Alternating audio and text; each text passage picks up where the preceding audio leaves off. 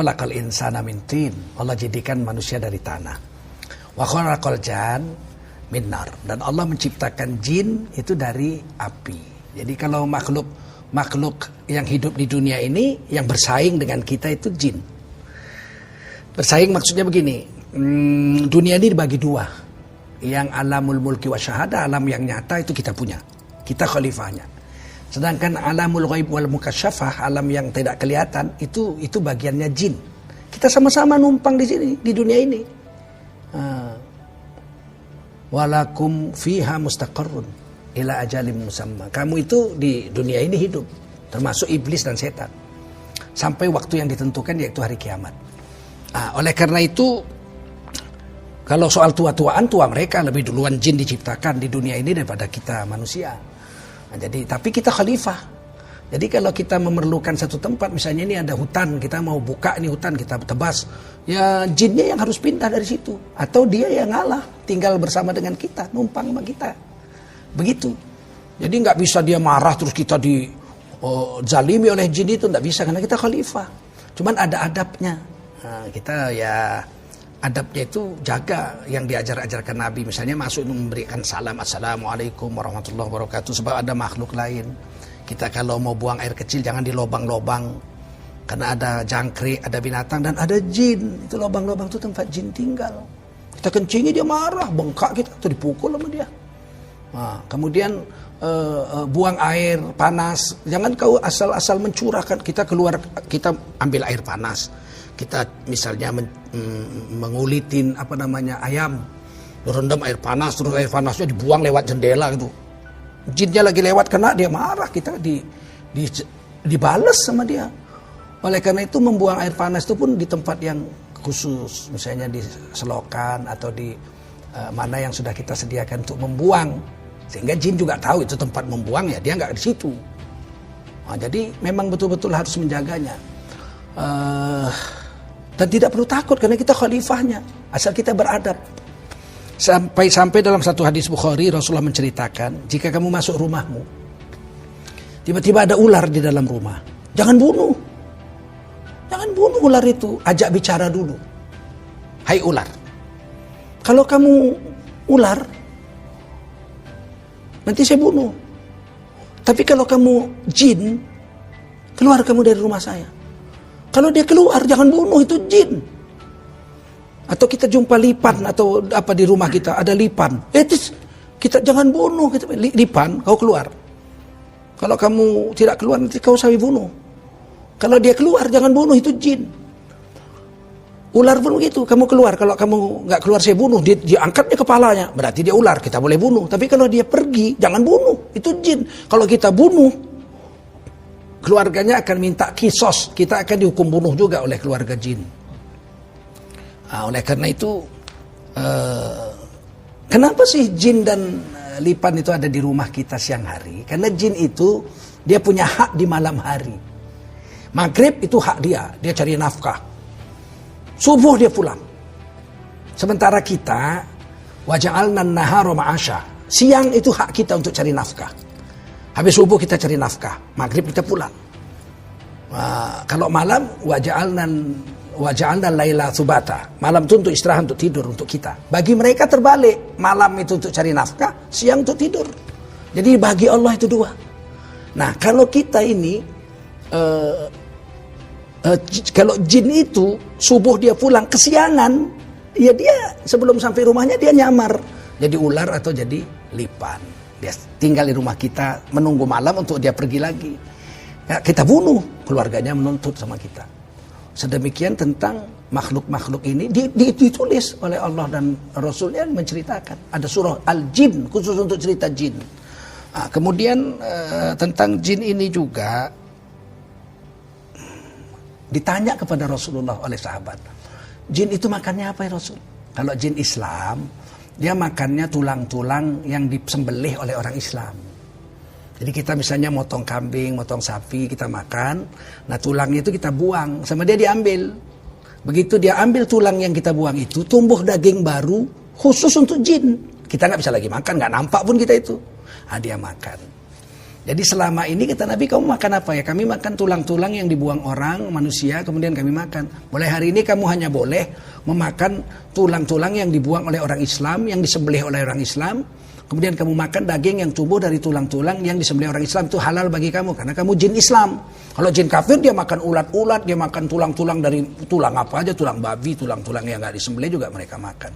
Tapi kalau orang Islam, jin Islam tidak boleh. Nah, jadi kalau kita punya tulang-tulang udah siap makan, makanya jangan dibuang ke tempat najis. Sebab jin-jin akan ambil itu untuk makan dia yang Islam-Islam. Dan kita berpahala itu untuk mereka itu. Kita diberi pahala oleh Allah SWT. Karena Nabi mengajarkan seperti itu. Nah, hari ini kita nggak ngerti, kita buang-buang aja. Makanya kalau dulu guru saya bilang, kalau habis hari raya Idul Adha itu kan banyak tulang-tulang kita ya dapat daging korban. Udah dimakan, kumpulin tulang-tulang itu, masukkan dalam peti, digembok, petinya digembok, simpan dalam kamar, matiin lampu, malam bunyi dia kurtak. Loh, ngapain itu? Ya jin makan. Oh, ini makanan dia itu disediakan oleh Allah dan diceritakan oleh Rasulullah Sallallahu Alaihi Wasallam. Saya ingin tambahkan ini agak menarik cerita jin ini.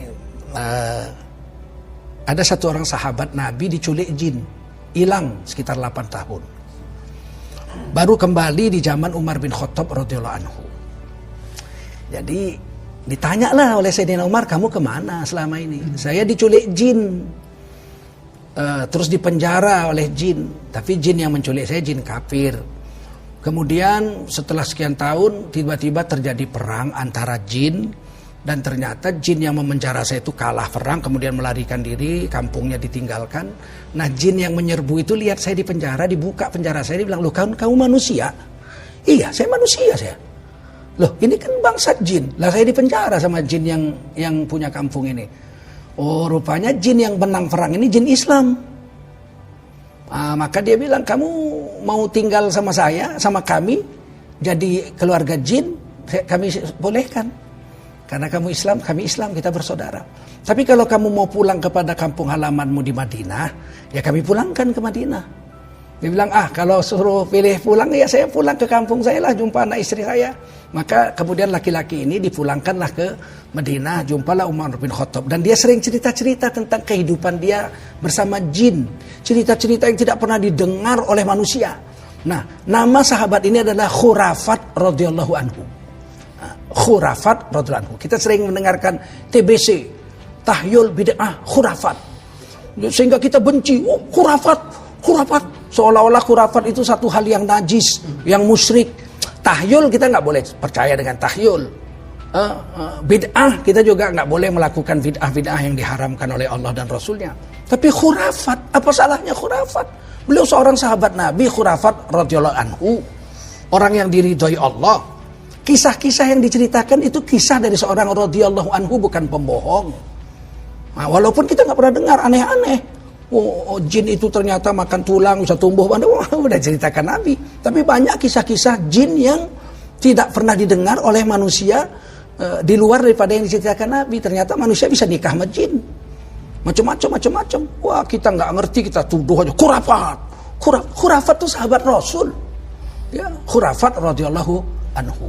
Hidup di Madinah zaman Umar bin Khattab, kemudian beberapa tahun kemudian baru beliau wafat, meninggalkan cerita-cerita khurafat, cerita-cerita tentang alam gaib, yaitu jin yang pernah menawan daripada Khurafat radhiyallahu anhu dan jin yang pernah membebaskan daripada Sayyidina Khurafat radhiyallahu anhu. Tidak usah takut dengan jin karena kita khalifahnya, tapi kita harus beradab juga, harus ada adab. Walaupun saya ini seorang pemimpin, seorang presiden, semua orang segan dan takut dengan saya. Iya, tapi saya punya adab. Ngomong sama orang tua beda, ngomong sama tokoh agama beda, bicara kepada masyarakat beda. Ada jalur-jalur adab yang mesti saya pedomani sebagai seorang presiden sekalipun. Begitu juga kita di dunia, kita khalifah. Tapi terhadap jin ada adab-adab yang kita harus jaga, sehingga kita tidak melanggar hak-hak mereka. Nah, terakhir saya ceritakan, Nabi ketiduran di malam hari sedang musafir di sebuah lembah. Sayyidina Bilal selalu jaga untuk waktu sholat subuh. Sayyidina Bilal sholat sunat. Karena zaman itu kalau tidur harus dionta masing-masing. Ontanya itu harus dijaga, kalau dilepas hilang. Onta itu biarpun 10 tahun ikut kita, dia tetap kalau dilepas hilang. Maka tiba-tiba kesiangan, bangun-bangun sudah matahari sudah terbit. Rasulullah bilang, Bilal, apa ini? Kamu suruh jaga kok. Waduh, ya Rasul, saya ditidurkan Allah juga sama dengan yang lain. Jadi nggak sengaja saya ketiduran. Maka Nabi katakan, ayo kita tinggalkan lembah ini. Mau sholat juga haram karena matahari sedang terbit, nggak boleh sholat. Karena di lembah ini banyak setan, kata Nabi, banyak jin. Kita tinggalkan. Setelah matahari terbit sempurna, baru Nabi udah keluar dari lembah itu, turun, wudhu, sholat, subuh berjemaah di waktu duha. Ini yang disebut sholat qadha. Falamma qadha sholat, setelah Nabi mengqadha sholat subuhnya yang ketiduran, ketinggalan karena tidur, di waktu duha, qala Rasulullah SAW, Rasulullah bersabda, man nasiya aw raqadha ankum adis sholat, falyusalliha idza dzakaraha, la kafarata fa inna Allah yaqulu aqimis sholata li dzikri. Hadis Bukhari Muslim, siapa yang lupa sholat atau lalai daripada sholat, padahal Nabi ketiduran, bukan lupa, bukan lalai, tapi ini kalimatnya siapa lupa atau ketidur atau lalai dari sholat, maka wajiblah dia mengganti sholat yang lupa dan lalai itu, dan tidak ada denda selain yang lupa lalai itu aja diganti, karena Allah berfirman, tegakkanlah sholat untuk mengingati aku. Kemudian Rasulullah katakan, ini tadi lembah yang tadi itu tempat jin banyak di situ, maka kita pergi. Nggak ada Nabi bilang, ini lembah banyak jin, ayo kita buru, tangkep, masukin botol. Nggak ada. Rasulullah beradab terhadap jin. Meskipun Rasulullah itu khalifah, bisa nangkep jin, tapi nggak Nabi lakukan itu. Karena itu lembah itu, memang lembah tempat tinggal jin. Kita lewat, ya kita yang beradab, kita yang pergi. Jangan kita usir dia dari situ, apa urusannya? Memang kita mau tinggal situ. Kok kita tangkep, masukin botol? Kok, apa namanya, kata orang Jawa itu ngeratil gitu, apa namanya? Ngurus-ngurusin hal yang bukan urusannya dia. Rasulullah nggak mau begitu.